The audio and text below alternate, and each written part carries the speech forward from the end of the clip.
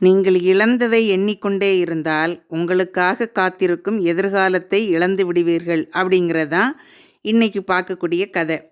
ஒரு மனிதன் தன் கையில் இருந்த ஒரு தங்க நாணயத்தை ஆற்றில் தவற விட்டுட்டான். அவன் அதை தேடிக்கிட்டே இருக்கிறான். மணி நேரங்கள் கடந்து போயாச்சு, சூரியன் மறைஞ்சாச்சு. ஆனால் அந்த நாணயம் அவனுக்கு கிடைக்கவே இல்லை. அப்போ அந்த வழியாக வந்த ஒரு முதியவர் அவங்ககிட்ட கேட்குறாரு, நீ எதை இழந்தாய்?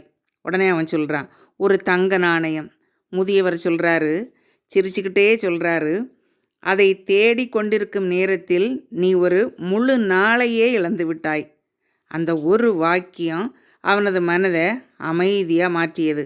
அதேபோல் நம்முடைய வாழ்க்கையிலும் கடந்த காலத்தை பிடித்து கொண்டே வாழ்ந்தா நிகழ்காலத்தையும் எதிர்காலத்தையும் நாம் இழந்து விடுவோம்.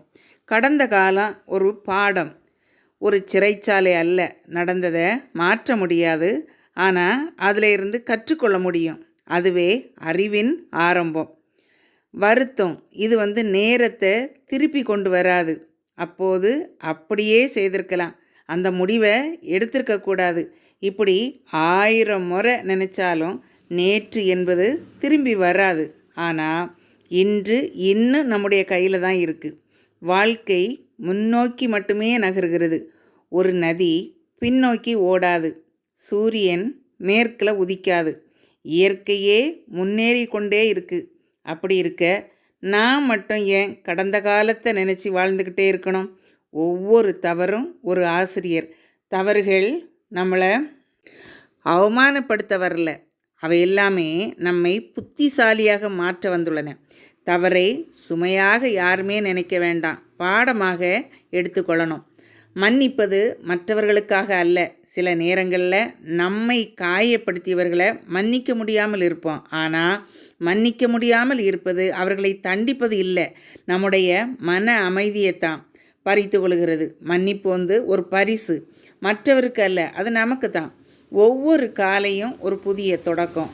நேற்று எப்படி இருந்தாலும் இன்று ஒரு புதிய வாய்ப்பு, புதிய சிந்தனை, ஒரு புதிய முயற்சி, ஒரு புதிய வாழ்க்கை. அதை பழைய வருத்தங்களால் நாம் நிரப்பக்கூடாது. இன்னும் நாம் உயிரோடு இருக்கிறோம் அப்படின்னா அது ஒரு வாய்ப்பு. வாழ்க்கை இன்னும் நமக்கு ஒரு புதிய அத்தியாயத்தை எழுத வாய்ப்பு கொடுத்துருக்கு. அதை பயன்படுத்தணும். நன்றி உணர்வு இது மனதை குணப்படுத்துகிறது. நாம் இழந்ததை எண்ணுவதற்கு முன் இன்னும் நம்மிடம் இருப்பதை எண்ணி பார்க்கணும். குடும்பம், நண்பர்கள், உடல்நலம், கற்கும் வாய்ப்பு, ஒரு புதிய நாள், இவை அனைத்துமே விலை மதிப்பற்ற செல்வங்கள். நம்முடைய எதிர்காலம் நமது கவனத்துக்காக காத்திருக்கு. நாம் கடந்த காலத்தை பார்த்து கொண்டே இருந்தால் எதிரில் திறந்திருக்கக்கூடிய வாய்ப்புகளை பார்க்க முடியாது. தலையை உயர்த்தணும். எதிர்காலம் நம்மை நோக்கி காத்திருக்கு. நம்முடைய சிறந்த நாட்கள் இன்னும் வரலாம். பலர் நினைக்கிறார்கள், என் சிறந்த காலம் முடிந்து விட்டது. ஆனால் வாழ்க்கை அப்படி முடிவெடுப்பதே இல்லை. நாம் முயற்சியை நிறுத்தும் வரை தான் உண்மையான முடிவு. அதுவரை ஒவ்வொரு நாளும் ஒரு புதிய வாய்ப்பு. ஒரு நாள் நாமும் நம்முடைய வாழ்க்கையை திரும்பி பார்க்கும்போது ஒரு உண்மை புரியும். நம்மால் பின்னால் இழுத்தது கடந்த காலம் அல்ல, அதை விடாமல் பிடிச்சிக்கிட்டு இருந்த நம்முடைய மனம்தான். நாம் ஒன்றை நினைவில் வைக்கணும். நேற்று என்பது ஒரு நினைவு, நாளை என்பது ஒரு வாய்ப்பு. ஆனால் இன்று வாழ்க்கையை மாற்றக்கூடிய ஒரு நாள். இன்றைக்கே நாம் ஒரு முடிவெடுக்கணும். கடந்த காலத்தை நன்றியுடன் விட்டுவிடணும். நிகழ்காலத்தை முழு மனதோட வாழணும். எதிர்காலத்தை நம்பிக்கையுடன் வரவேற்கணும். ஏன்னா நம்முடைய வாழ்க்கையின் சிறந்த அத்தியாயம் இன்னும் எழுதப்படாமல் இருக்கலாம். நம்முடைய கருத்து இன்று முதல் கடந்த காலத்திலிருந்து எந்த ஒரு விஷயத்தையும் விடுவிக்க முடிவு செய்யணும் அப்படிங்கிறது தான்.